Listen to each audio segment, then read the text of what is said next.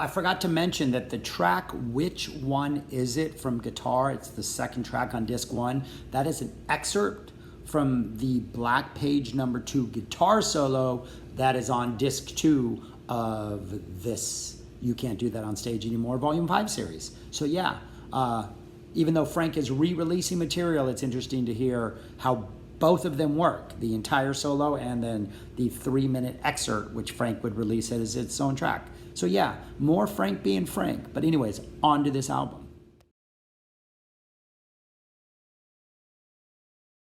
Welcome back. Thank you for watching. My name is Shaggy, the opinionated hippie, and we are here to resume reviewing and ranking every single Frank Zappa album released while he was alive. And we are now on number 34, You Can't Do That on Stage Anymore, Volume 5. Two things to start off with. One, this should be much, much better than it actually is.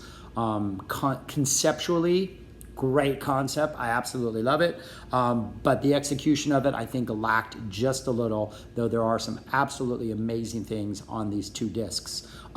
So Frank decided to go to themes for this. Disc 1 is all pretty much the original Mothers.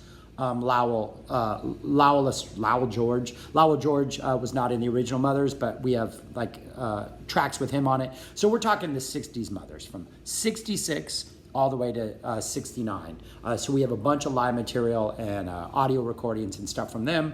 And then the second disc is the 1982 band, the Steve I, Tommy Mars, their last outing. A great band. But again, the selection of some of the material kind of leaves me wanting a little more. So anyways, the first disc is, I think, 27 tracks, something like that, 25 tracks. And Frank tries to go for like an Uncle Meat, Weasels Rip My Flesh vibe, in which it's like a lot of edits. You don't get a lot of full songs. You get like just a guitar solo here, an improv section here, an audio recording here. But it doesn't quite come off as successful as those two because we're lacking songs.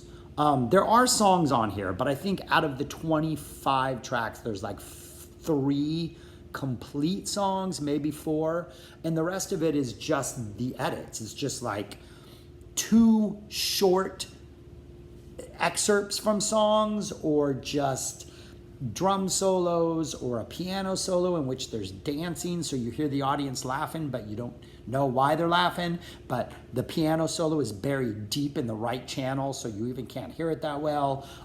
So it's got a little stuff like that. And so there's moments of complete brilliance on disc 1, but then there's just these like stretches of just like frustrating, nah, you could have done better, Frank.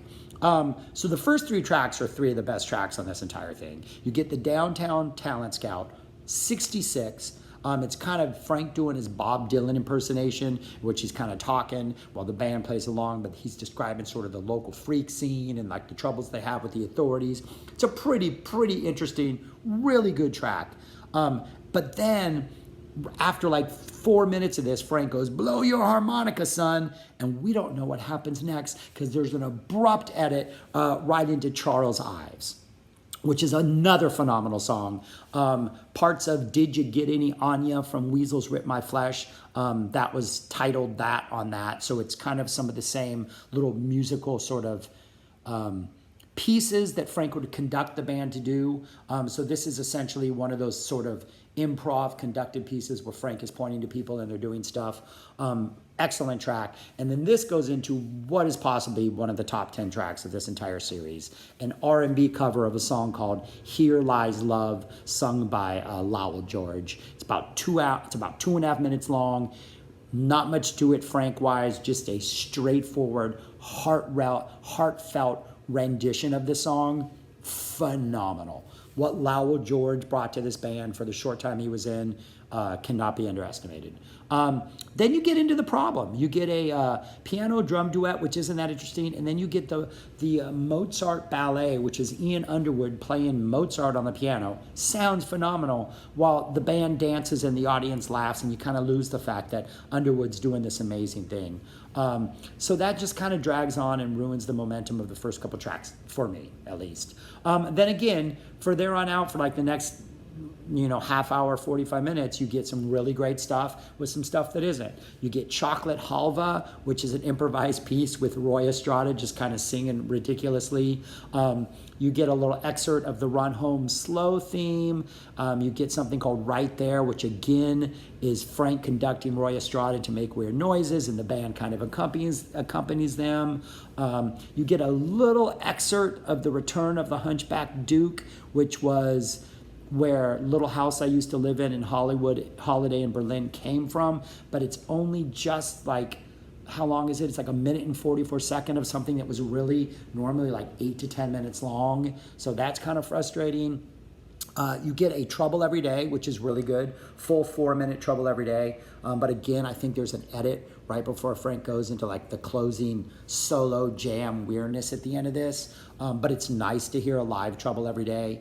You get a couple really, really good guitar solos, Baked Bean Boogie and No Waiting for the Peanuts to Dissolve. These are really good guitar solos that come at the latter half of this CD. But again, in between, there's like tape recordings from the bus trip and tape recordings from the studio, and just all these little things that don't quite succeed as well as they did on other Frank releases, at least for me. But then it closes with underground freakout music, which is just live craziness by the band. Something called German Lunch, which took place backstage, in which Lowell George interviews the band members as he's a German customs officer, and it's pretty funny. The band is funny. I think him and Jimmy Carl Black are the ones getting the most laugh, but it's a really interesting little look at how the mothers got along. And even here, when they're backstage, Lowell George starts this little routine, and then Frank goes, "You should interview all the bands. Hey, you guys, line up. Let him interview all of you." So even in their off time, Frank's conducting them, knowing that he's recording this and he's going to later release it. And then it closes with a studio version of My Guitar Wants to Kill Your Mama, which sounds amazing, and you can't go wrong with that. So it's a good disc. There were some phenomenal moments on it. The guitar solos are great. The first 3 tracks are must-hear tracks. But it could have been more. It should have been more.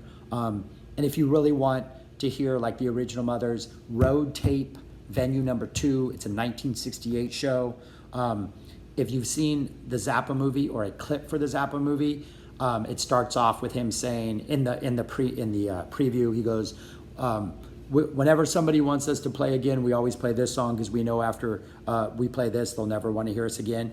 That's from the Road Tapes Venue 2. It's a cover of a Verez song, I think. So anyways, that's on that. So check that out if you're interested in the Mothers, though this is worth checking out for some of the tracks. And then disc 2 is the 82 band. And again, phenomenal must-hear tracks beginning and ending this. You take out the middle part, shorten this by like a half hour, phenomenal CD. Starts off with an Easy Meet. I don't think any band did Easy Meet as well as the 82 band did. Vi and Mars are in peak form. Frank's solos are ridiculously aggressive. Phenomenal solo. I think it's not the longest of them, but one of the best. You get the Dead Girls of London, Shall We Take Ourselves Seriously combo. Dead Girls of London was a song that premiered in '79 with Cucurullo on guitar. And Cucurullo's version has more of a T-Rex kind of monstrosity about it. It's a little bit bulkier, when this 82 version is more like a velociraptor. It's more slinky and stealthy. Still gonna kill you because the riffs are great, but it's a little more light on its feet. Followed by Shall We Take Ourselves Seriously, which is Ray White at his absolute singing best. It's a story based on, apparently there was a backstage manager at a tour somewhere who would only let certain members eat certain things, the asparagus apparently, because if you weren't in the band, you couldn't eat the asparagus. The roadies were not allowed to have that. So this is kind of like that. Short little number, but a phenomenal number. A pretty good What's New in Baltimore with a pretty good solo in it. I think an all instrumental version, there's no vocals yet. Into Maggio, and Maggio is just you know, that's the Weimars, Tunis, Wackerman, Ed Mann quintet at its sickest, just playing these ridiculous runs. So these first 5 songs, great way to kick off this set. Then you get a Dancing Fool for no reason that I can figure out. Don't know why. You don't need to ever release another Dancing Fool again, Frank. You get a Redunzel, which just doesn't, I don't know. It's not a great Redunzel. It's a great song to hear, but I think I don't know, for some reason it just doesn't work for me on this tour, or at least it doesn't work when it's sandwiched between Dancing Fool and Advanced Romance. Another song I don't think we need to hear again, especially from the 82 band. The 82 band wasn't really about the blues. They were more about this sort of technical butt kickery, and I think Advanced Romance was better left to like, the Bongo Fury Tour did it better than anybody. Then you get a City of Tiny Lights, which has one of those problems that Frank had a lot in the 80s, in which the guitar solo seems to bear no relation to the rest of the song. You have this momentum going in City of Tiny Lights. I mean, the opening guitar, this is a Ray White song all the way. He is owning this vocally. Frank's conducting the band throughout, doing this ridiculous stuff. Vi sounds great. It's amazing. But when you get to the guitar solo, it's almost as if the momentum slams on its brakes and you start over. And it just ruins it for me. It's just, the guitar solo is good. It's kind of a laid back, pretty mellow affair for a City of Tiny Lights. I think Frank probably picked this one because it kind of doesn't sound a lot like other City of Tiny Lights. But yeah, it's just that transition from the song into the guitar solo kind of ruins the momentum of the song. But then after this, you finish the set with 3 amazing songs. A Pound for a Brown on the Bus, which has a really good Frank solo, and I think it's got a pretty good, I think there's an Ed Mann percussion solo on here that's pretty decent. You get a Ray White solo where Ray White's doing his like scat singing, playing the guitar type thing. You get a really short Doreen into a 10-minute Black Page #2. Phenomenal. This has the really aggressive Them or Us style guitar solo, the Them or Us vamp from the Them or Us album. That song is a guitar solo vamp from the Black Page #2. This is has that vamp in it. It is aggressive. It is in your face. It is over the top. It is phenomenal. I think I recently said that this is my favorite version of the Black Page, and it is versions like this, performances like this, that second that emotion. And then it closes with Geneva Farewell, which is Frank telling them that if anybody throws one more thing on the stage, the concert is over, at which point somebody throws something on the stage and the concert is over. There is a awesome documentary. I think it's called 82 Frank in Italy, or Frank Visits Somebody, but it's on YouTube. It's about his trip to Italy. There is footage from this riot on there. Great watch. I highly recommend it. But in quick note, Geneva Farewell from Stage 5 is from a different show that Frank had trouble at and had to stop the show. Cocaine Decisions and NBiz from You Can't Do That on Stage Volume 3. Those are from the Riot show, and there is video footage of that in that 82 documentary. So the 82 tour had a lot of problems, apparently. But yeah, all right, back to the show. Anyways, that is it. A good but disappointing entry in the Stage series, because this should have been more. This should have been better, I think. But anyways, check it out. Let me know what you think. Let me know comments down below. We still have 2 more in the Stage series yet that we have not got to. But we also we're like almost 2/3 of the way through this list, you guys. Number 34. You Can't Do That on Stage anymore. Volume 5. Take care. Peace. Happy holidays, y'all.